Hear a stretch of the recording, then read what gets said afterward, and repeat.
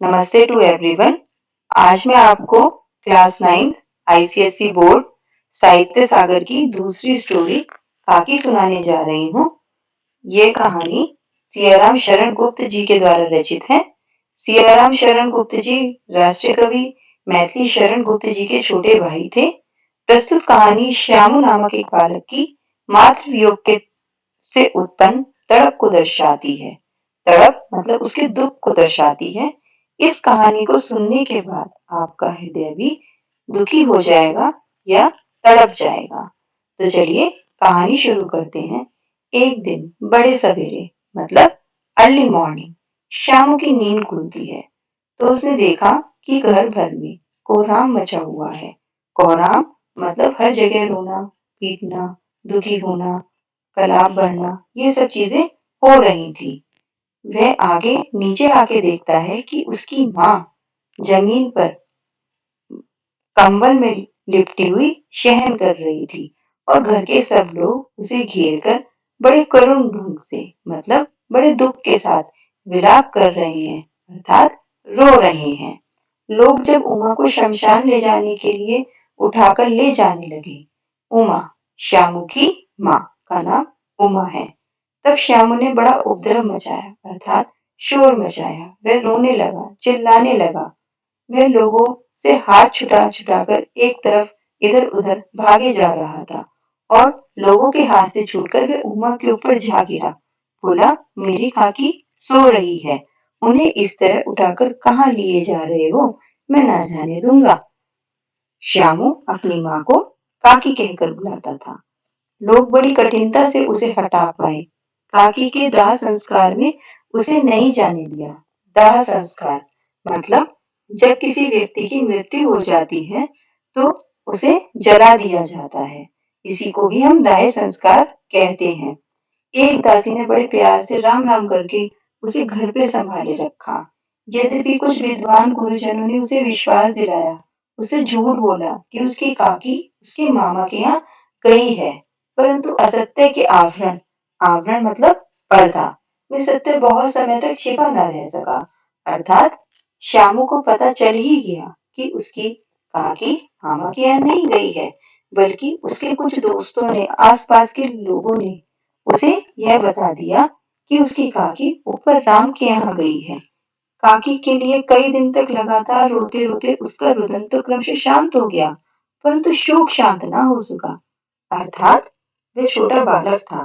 रोजाना रोते रोते एक दिन उसका रोना तो शांत हो गया, परंतु उसके हृदय में जो दुख समा गया था वह शांत नहीं हो पाया। उसी तरह से जिस प्रकार लगातार बारिश होती है तो पृथ्वी के ऊपर का पानी तो खत्म हो जाता है या सूख जाता है, परंतु पृथ्वी के भीतर जो आर्द्रता या नमी अर्थात मॉइस्चर रह जाता है वह बहुत दिनों तक बना रहता है। उसी प्रकार उसके अंतःस्थल, अंतःस्थल अर्थात हृदय में उसकी माँ का दुख जाकर बस गया था। वह प्राय अकेला बैठा बैठा शून्य मन से आकाश की ओर ताका करता अर्थात वह सोचता था कि मेरी माँ ऊपर राम के यहाँ गई है तो शायद आकाश में उसकी माँ उसे कहीं दिख जाए। एक दिन उसने ऊपर आसमान में पतंग उड़ती देखी। न जाने क्या सोचकर उसका हृदय एकदम खिल उठा अर्थात खुश हो गया।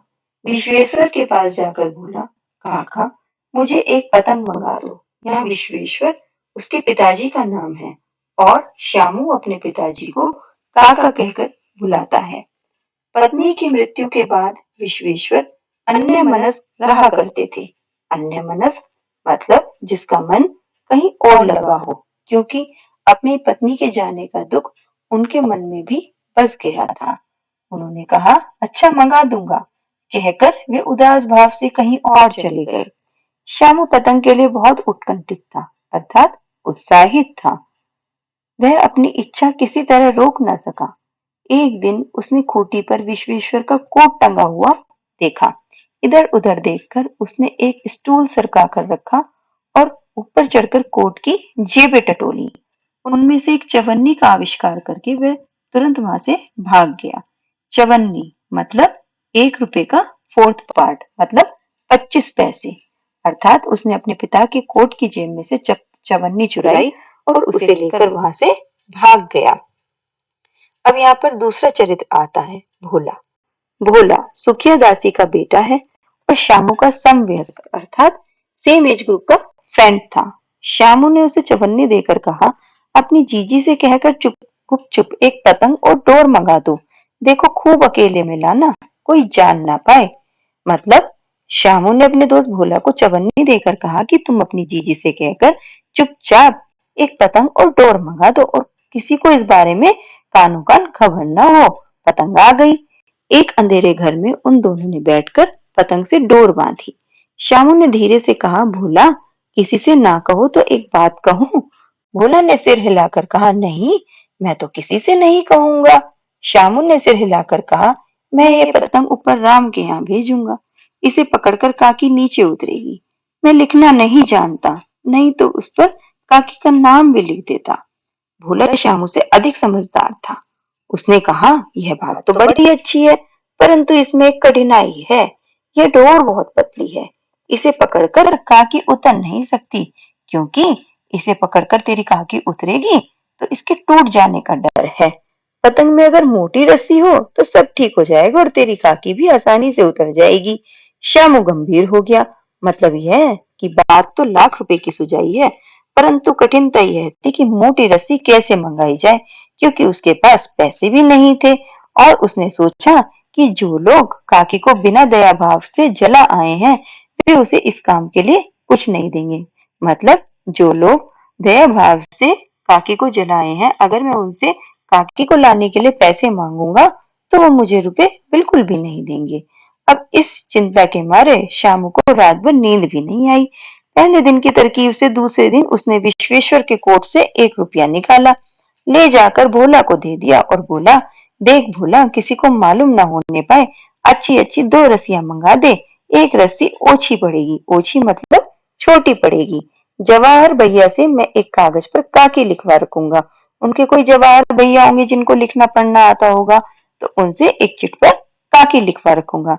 नाम की चिट रहेगी तो काकी को पढ़ने में आसानी होगी और वो पतंग काकी के पास ही पहुंच जाएगी। 2 घंटे बाद प्रफुल्ल मतलब खुशी मन से शामू और भोला अंधेरी कोठरी में बैठे बैठे पतंग में रस्सी बांध रहे थे। अकस्मात मतलब अचानक। शुभ कार्य मतलब भोला और श्यामू काकी को बुलाने के लिए जो प्रयास कर रहे थे, विघन की तरह मतलब एक जैसे विघन की तरह मतलब एक गलत रूप में उग्र रूप धारण किए, गुस्सा धारण किए हुए विश्वेश्वर आ पहुंचे। मतलब शुभ कार्य में विघन डालने के लिए विश्वेश्वर वहां आ गए। भोला और श्यामू को धमका कर बोले, तुमने हमारे कोट से रुपया निकाला है, क्योंकि विश्वेश्वर को पता चल गया था कि किसी ने उनकी कोट की जेब से पैसे निकाल लिए हैं, तो वो गुस्से में आ गए थे। भोला सक पकाकर एक ही डांट में मुखबिर हो गया।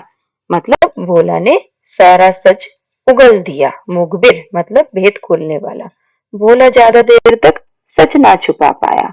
भोला श्यामू भैया ने रस्सी और पतंग मंगाने के लिए निकाला था। विश्वेश्वर ने श्यामू को 2 चमाचे जड़कर कहा, चोरी सीख कर जेल जाएगा। अच्छा तुझे आज अच्छी तरह समझाता हूँ। यह कहकर फिर तमाचे जड़े और कान मलने के बाद पतंग फाड़ डाली। अब रस्सियों की ओर देखकर कहा, ये किसने मंगाई? भोला ने कहा, इन्होंने मंगाई थी। कहते थे इनसे पतंग तानकर काकी को राम के यहाँ से नीचे उतारेंगे। विश्वेश्वर हद बुद्धि मतलब जो कुछ सोचने की अवस्था में नहीं होता है, होकर वहीं खड़े रह गए। उन्होंने फटी हुई पतंग उठाकर देखी। उस पर चिपके हुए कागज पर लिखा हुआ था काकी। तो ये कहानी यहीं पर खत्म होती है।